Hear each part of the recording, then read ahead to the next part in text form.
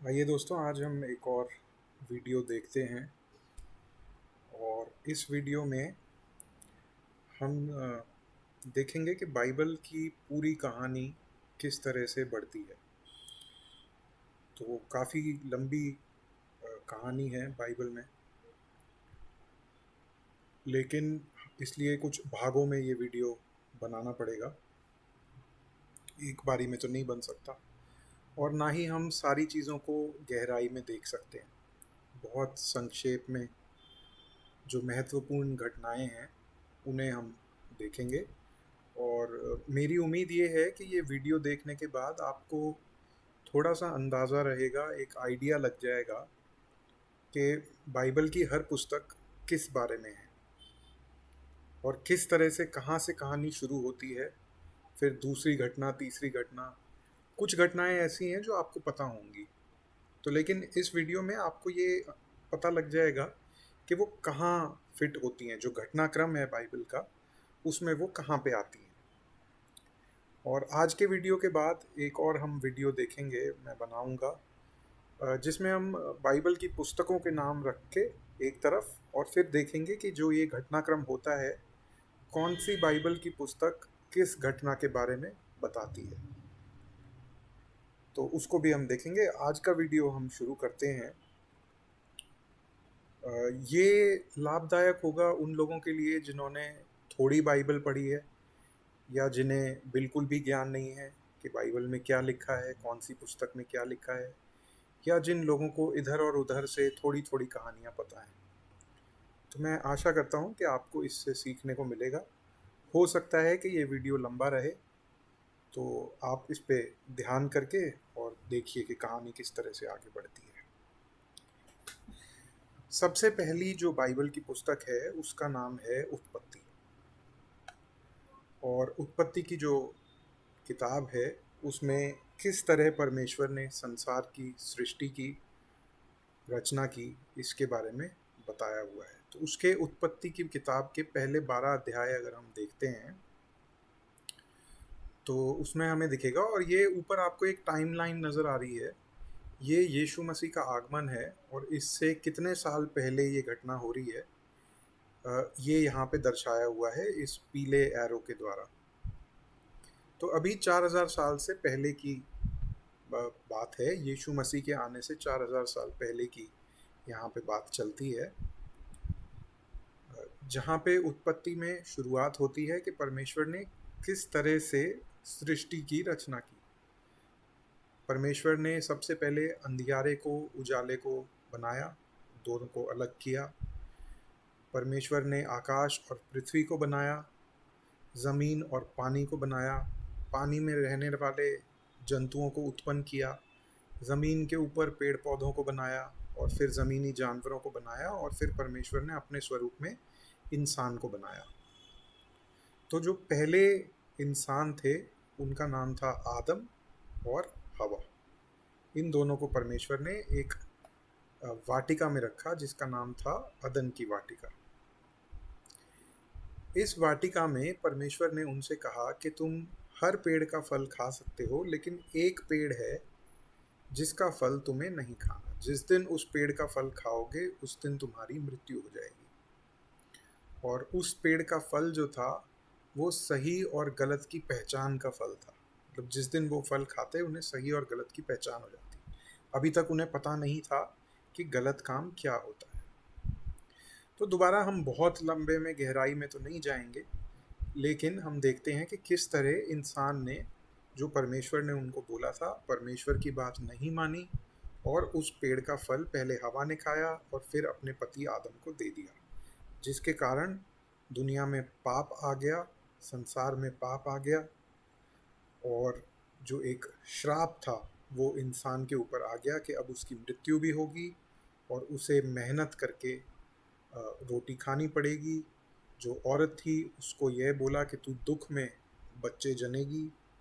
लेकिन साथ ही परमेश्वर ने उनको एक वादा भी किया कि आने वाले समय में मैं एक ऐसा उद्धार करता, या एक ऐसा बचाने वाला भेजूंगा जो कि तुम्हें इस श्राप से जो तुम्हारे ऊपर आया है उससे छुटकारा दिलाएगा। तो उत्पत्ति के पहले और दूसरे अध्याय में सृष्टि की रचना के बारे में दिया हुआ है। तीसरे अध्याय में पहला पाप जो आदम और हवा ने परमेश्वर की बात नहीं मानी उसके बारे में दिया हुआ है। इसके बाद कहानी आगे बढ़ती है कि आदम और हवा के दो बच्चे होते हैं, एक का नाम होता है केन और एक का नाम होता है एबल। तो दोनों बच्चे परमेश्वर को चढ़ावा चढ़ाते थे और परमेश्वर को आबिल का चढ़ावा ज़्यादा पसंद था, केन का नहीं था, क्योंकि वो सही चढ़ावा नहीं चढ़ाता था सही मन से। तो केन जो है वो अपने भाई की, छोटे भाई की हत्या कर देता है। तो यहाँ उत्पत्ति के चौथे अध्याय में हमें पहली हत्या के बारे में पता लगता है। इसके बाद उत्पत्ति के 5वें अध्याय और 10वें अध्याय में वंशावलियां दी हुई हैं कि किस तरह से धरती पे लोग बढ़े। आदम और हवा के और भी बच्चे हुए और इस तरह से धरती पे इंसान जो थे वो बढ़ते गए। जब जैसे जैसे इंसान बढ़े धरती पे वैसे वैसे पाप भी बढ़ता गया। तो परमेश्वर ने अपने एक मानने वाले को चुना जिसका नाम नूह था, इंग्लिश में नोआ कहते हैं। और परमेश्वर ने अपना संदेश उस तक पहुंचाया और उससे कहा कि मैं सारी धरती जो है, एक बहुत बड़ी प्रलय आएगी और ये सारी धरती, क्योंकि इस पे पाप बढ़ता जा रहा है, मैं इसे ख़त्म कर दूंगा। नूह को बोला कि तू एक बहुत बड़ी नाव बनाना जिसमें तू और तेरा परिवार बच सके, और हर प्रकार के दो दो जानवर, एक नर और एक मादा, हर जानवर के प्रकार का तू उस नाव में अपने लिए रखना। तो ऐसा ही हुआ, 40 दिन बारिश हुई, सारी धरती जो थी पानी में डूब गई। सिर्फ नूह, उसका परिवार और जो जानवर उसने अपनी नाव में रखे थे वो बच गए। जब पानी उतरा, एक सेकंड, हाँ, जब पानी उतरता है तो परमेश्वर ने एक इंद्रधनुष दिखाया, जो कि परमेश्वर ने कहा कि ये मेरी वाचा है तेरे साथ, ये मेरा वादा है कि अब धरती को मैं बाढ़ के द्वारा या प्रलय के द्वारा नष्ट नहीं करूँगा। ये हम देखते हैं उत्पत्ति के 9वें अध्याय में। नूह और उसकी प्रलय 6 से 8वें अध्याय में, और जो इंद्रधनुष की वाचा है वो 9वें अध्याय में हमें मिलती है। इसके बाद फिर से इंसान धरती पे जैसे जैसे बढ़े, परमेश्वर ने उन्हें कहा था कि तुम धरती के हर कोने में फैल जाओ। लेकिन वो एक ही जगह रहते थे और उन्होंने ये सोचा कि हम एक बहुत बड़ा मीनार बनाएंगे स्वर्ग तक पहुंचने के लिए, और हम परमेश्वर की बात मान के अलग अलग नहीं होंगे। तो इस मीनार को बाबुल का मीनार कहा जाता है। यहाँ पे परमेश्वर ने इंसानों की भाषाएं जो थी वो बदल दी, और जब उनकी भाषाएं बदल गई तो उन्हें जाना ही पड़ा, क्योंकि वो एक दूसरे की बात नहीं समझ पा रहे थे, तो उन्हें अलग अलग दिशाओं में जाना पड़ा। इस तरह से इंसान जो थे अलग दिशाओं में फैले। ये था उत्पत्ति का 11वां अध्याय। इसके बाद एक महत्वपूर्ण व्यक्ति हमारी कहानी में आते हैं जिनका नाम है इब्राहिम। इब्राहिम को परमेश्वर ने चुना और इब्राहिम अपने देश में ऊर नाम के देश में रहते थे। वहाँ पे परमेश्वर ने उन्हें बुलाया, उनको कहा कि तू अपने देश से बाहर निकल और एक ऐसे देश में जा जो मैं तुझे दिखाऊंगा, और वहाँ मैं तुझे एक महान देश बनाऊंगा, तुझे, तेरे परिवार को, तेरे वंशजों को एक महान देश में बनाऊंगा। तो परमेश्वर ने अब्राहम को बुलाया, अब्राहम ने परमेश्वर की बात मानी और वो ऊर से, जहाँ वो रहता था, वहाँ से हारून और फिर कनान देश के लिए निकल गया। परमेश्वर की वाचा इब्राहिम की संतानों के साथ थी, और इब्राहिम के संतान हुई, पहले इश्माइल हुआ, फिर आइजैक हुआ, ईसाक, और भी बच्चे इब्राहिम के हुए। लेकिन परमेश्वर की जो वाचा थी वो इब्राहिम के बेटे ईसाक के साथ थी। यहाँ पे इसमें थोड़ा सा जगह दी हुई है मैप में। ये इजिप्ट है, यहाँ पे इज़राइल देश, कनान देश जो इज़राइल यहाँ पे है, और यहाँ पे और आप देख सकते हैं इराक, सीरिया, ये सारा मिडल ईस्ट का मैप है। इस पे हम ज़्यादा समय नहीं बिताते, आगे चलते हैं। तो जैसा मैं आपको बता रहा था कि परमेश्वर ने अब्राहम को चुना, और अब्राहम के बच्चा पहला था इश्माइल, और उसके और बच्चे हुए, लेकिन परमेश्वर की वाचा ईसाक के साथ थी। ईसाक के दो बेटे हुए, जिनका एक का नाम था याकूब, जिसका नाम बाद में चल के इज़राइल पड़ा, और एक का नाम था ईसो। ईसाव। अब यहाँ पे बहुत सारे नाम आएंगे तो थोड़ा सा आप ध्यान दीजिएगा, पर इन नामों को भी देखना ज़रूरी है क्योंकि बाइबल की कहानी आगे याकूब से ही बढ़ती है जिसका नाम इज़राइल बना। तो इब्राहिम की संतान ईसाक, ईसाक की संतान याकूब, याकूब का नाम पड़ा इज़राइल। याकूब के 12 बेटे थे जो कि इज़राइल के 12 गोत्रों के नाम से जाने गए। तो इज़राइल जब हम बोलते हैं, इज़राइल का मतलब है याकूब और याकूब की 12 संतानें जिनके जिनके द्वारा परमेश्वर की वाचा आगे बढ़ी। तो इन बेटों में कुछ महत्वपूर्ण लोग हैं जैसे कि बेंजामिन, जिनसे सौल राजा उत्पन्न हुआ और प्रेरित पौलुस बेंजामिन के गोत्र से था। यहूदा, जिससे दाऊद और सुलेमान निकले, और यीशु मसीह यहूदा के ही गोत्र से निकले। लीवाई, जो कि उस समय के याजक थे, मंदिर में पूजा करने वाले थे, उनसे मूसा निकला और आरुन। और यूसुफ, जो कि याकूब का सबसे छोटा बेटा था, उसके बारे में हम अब देखेंगे। अब जो बाइबल की कहानी है वो यूसुफ के द्वारा आगे बढ़ती है। तो अगले 2000 साल यूसुफ के द्वारा चलते हैं। यहाँ पे अगर आप ऊपर ध्यान दे रहे हो तो यहाँ से हमने शुरुआत करी थी 4000 साल से पहले। अब हम यीशु मसीह के आगमन से 2000 साल पीछे हैं। तो याकूब के 12 बेटों में से जो सबसे छोटा था यूसुफ, कुछ खास परिस्थितियों के द्वारा वो मिस्र पहुंचा और पूरे देश में अकाल पड़ा। तो वो अपने पूरे परिवार को, अपने और जो 11 भाई थे और उनके जो पिता थे, उनको वो मिस्र में बुला लेता है। अब ये यहाँ पे 12 घटनाएं हैं, इनको हम देखेंगे। ये थोड़ा सा विजुअल में थोड़ा आगे पीछे हो गया है तो इसको आप इग्नोर कीजिएगा, इस पे ध्यान मत दीजिएगा। जो मात्राएं थोड़ी अलग टाइप से दिख रही हैं, मेन बात है कि जो कहानी चल रही है उसके ऊपर हम ध्यान दें कि क्या क्या घटनाक्रम अब घटता है।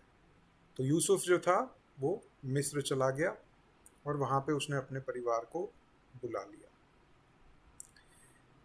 और फिर से हम कहानी काफ़ी तेज़ आगे बढ़ा रहे हैं। अगर बाइबल में पढ़ेंगे तो ये बहुत डिटेल में कहानी है, बहुत लंबी कहानी है, लेकिन मैं बहुत संक्षिप्त में बताता चल रहा हूँ।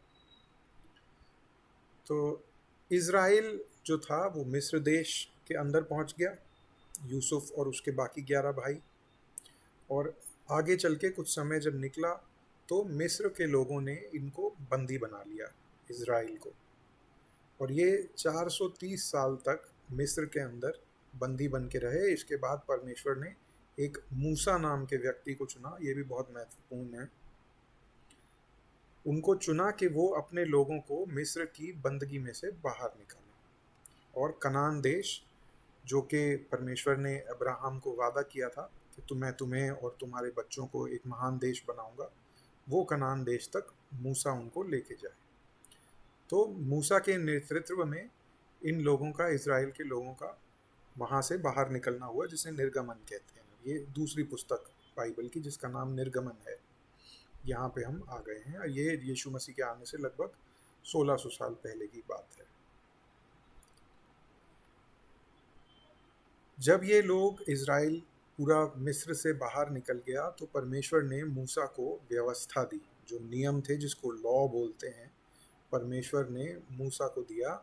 और परमेश्वर ने बताया कि एक मंदिर, जो कि मिलाप का तंबू भी कहा जाता था जिसे, उसका नक्शा भी परमेश्वर ने साइनाई पर्वत पर मूसा को दिया कि किस तरह ये जो नियम थे ये इज़राइल के लोगों के लिए थे कि उन्हें किस तरह से अपना जीवन बिताना है।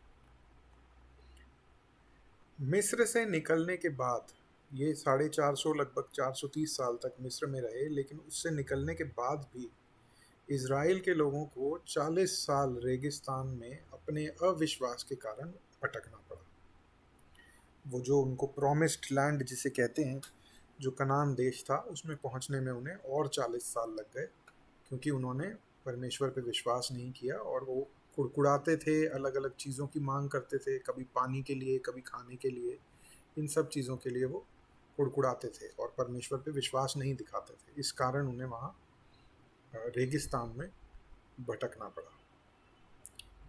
मूसा के बाद यहोशू नाम का, जिनको जोशुआ कहते हैं, उस जोशुआ नाम का एक व्यक्ति आते हैं जो कि इज़राइल का नेतृत्व करते हैं और इज़राइल को रेगिस्तान से कनान देश के अंदर लेके जाते हैं।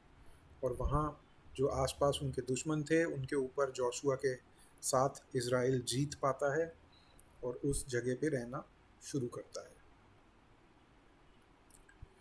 अब इस समय हम बाइबल की छठी सातवीं पुस्तक के बारे में बात कर रहे हैं, जो कि यहोशू के नाम पे है, जोशुआ के नाम पे है।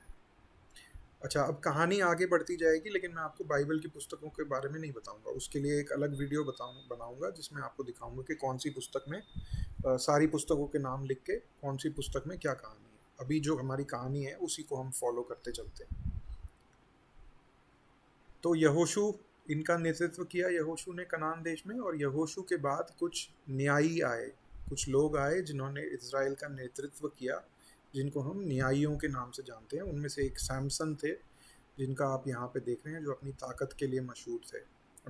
सिर्फ अपने हाथों से उसने शेर का शिकार या वध कह सकते हो आप किया, इतना ताकतवर था।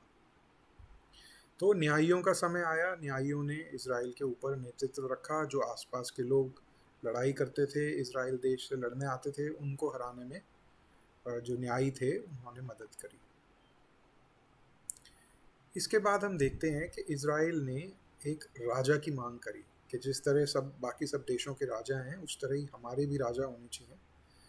तो सैमुअल नबी उस टाइम पे थे, और सैमुअल नबी ने इज़राइल के लिए सॉल नाम के एक व्यक्ति को राजा घोषित किया। पहला राजा जो था वो सॉल था। शुरुआत में बहुत अच्छा था, लेकिन आगे चल के वो थोड़ा रास्ता भटक गया, परमेश्वर की बातों को मानना छोड़ दिया। तो परमेश्वर ने सॉल को हटाकर और उसकी जगह दाऊद को राजा बनाया। दाऊद ने भी कि उसके जीवन काल में उसने कुछ अच्छे काम किए, कुछ बुरे काम भी दाऊद से हुए, लेकिन दाऊद ने जब उससे गलत काम हुए उसने पश्चाताप करके परमेश्वर से माफ़ी मांग के वापस परमेश्वर की तरफ आने की उसने पूरी कोशिश करी। इसलिए दाऊद को एक अच्छा व्यक्ति माना जाता है। दाऊद का बेटा हुआ सुलेमान, और सुलेमान जो था वो इज़राइल का एक तरह से जो संयुक्त इज़राइल था उसका एक आखिरी राजा था।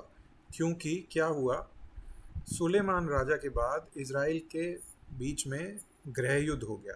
जो 12 गोत्र थे उनकी आपस में लड़ाई हो गई, और ये बात हुई कि जो 11 गोत्र हैं वो ऊपर एक उत्तरी देश बनाएंगे जिसका नाम इज़राइल रहेगा, और एक गोत्र जो यहूदा का है वो दक्षिण में यहूदा नाम से अपना एक अलग देश बनाए। तो 2 देश बन गए, एक इज़राइल जो कि उत्तरी देश था और यहूदा जो कि दक्षिणी देश था।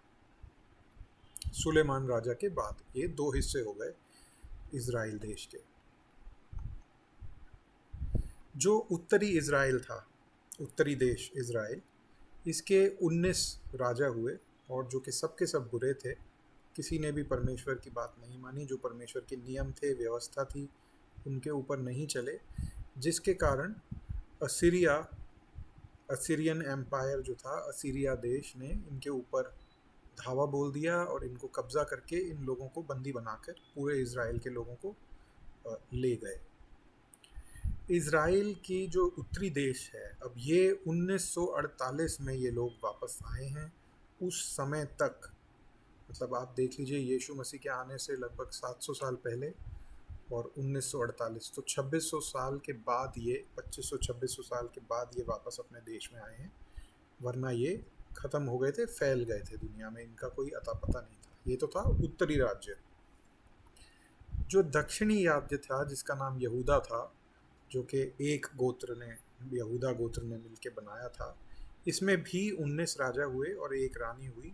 लेकिन इनमें से कुछ राजा जो थे वो अच्छे थे, कुछ राजा ऐसे थे जो परमेश्वर की बात को मानते थे। तो उत्तरी देश के बंदी गृह में जाने के बाद, बंदी बनने के बाद असीरिया को लगभग 100 साल बीत जाते हैं। दक्षिणी देश ठीक रहता है, लेकिन 100 साल के बाद दक्षिणी देश भी, जो यहूदा है, वो भी बेबीलोन यानी कि बाबुल के अंदर बंदी बना लिया जाता है, और इज़राइल के जो ये यहूदा के लोग थे इनको वो ले जाते हैं वहाँ से बंदी बना के। यहूदा जो था वो 70 साल बेबीलोन एम्पायर या बाबुल देश के अंदर रहता है, उनका गुलाम बन के रहता है। और इस समय में बाइबल में दानियल नबी जो है, दानियल नबी की पुस्तक इस पे केंद्रित है। बाइबल की क्या क्या वहाँ पे हुआ वो यहाँ पे बताया गया है।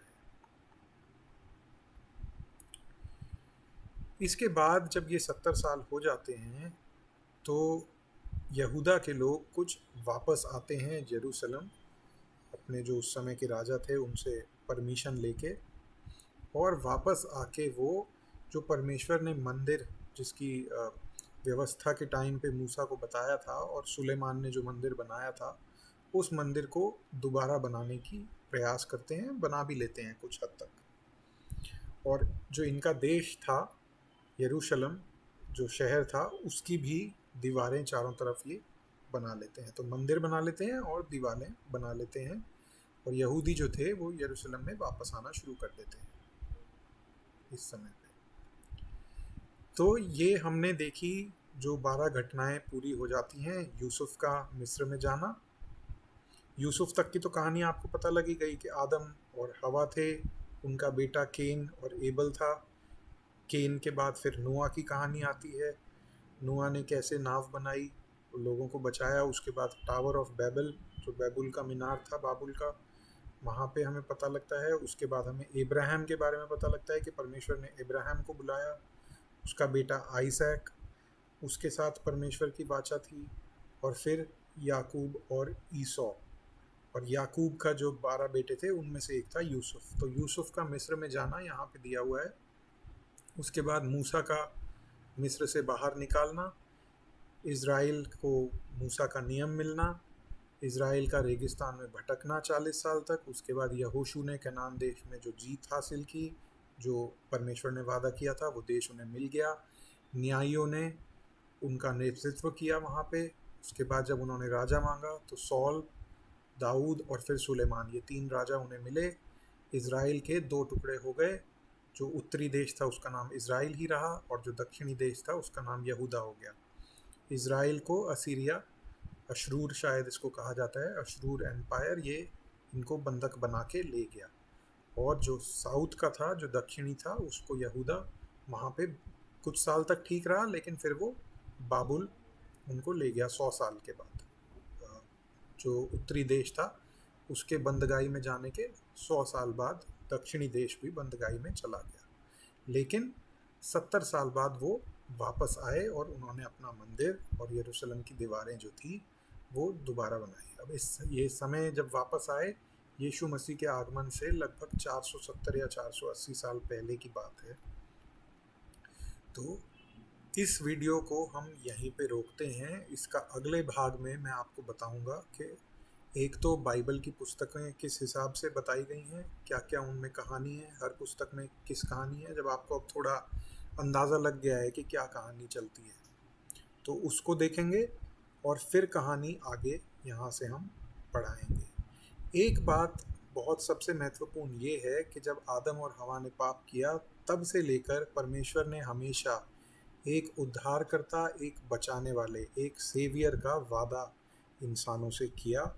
और अब्राहम की परीक्षा भी हुई, जिसके बारे में हमने बात नहीं की है, लेकिन बहुत महत्वपूर्ण घटना है वो।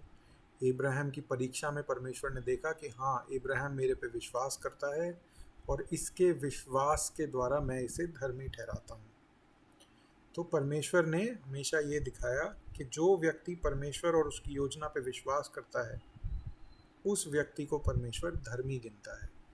और जो आने वाला एक मसीहा है, एक बचाने वाला है, उसके बारे में परमेश्वर ने बार बार पुराने वचन में भी जिक्र किया है। तो उसको हम ध्यान रखते हुए इस वीडियो को यहाँ समाप्त करते हैं। मुझे पता है बहुत सारे नाम हैं, बहुत लंबी कहानी है, और इसमें हमने बहुत सारी चीज़ें बीच में छोड़ दी हैं, लेकिन फिर भी एक आपको जल्दी जल्दी देखने में एक आइडिया लग जाएगा कि कहानी किस तरह से आगे बढ़ती है। आपने अगर संडे को आप चर्च जाते हैं तो आपने कहानियाँ सुनी होंगी, नाम सुने होंगे, लेकिन पूरी जो कहानी है, जो घटनाक्रम है, उसमें कौन सी कहानी कहाँ फिट होती है, ये मैंने आपको थोड़ा सा इस वीडियो में बताने की कोशिश करी है। ठीक है, फिर हम अगला वीडियो हम बनाते हैं। किताबों को सामने रखते हुए बाइबल की किताबों को देखेंगे कि कौन सी किताब बाइबल ने पुराने नियम में खास करके किस बारे में बात करती है, जब हमें थोड़ी सी कहानी अब अंदाज़ा लग गया है।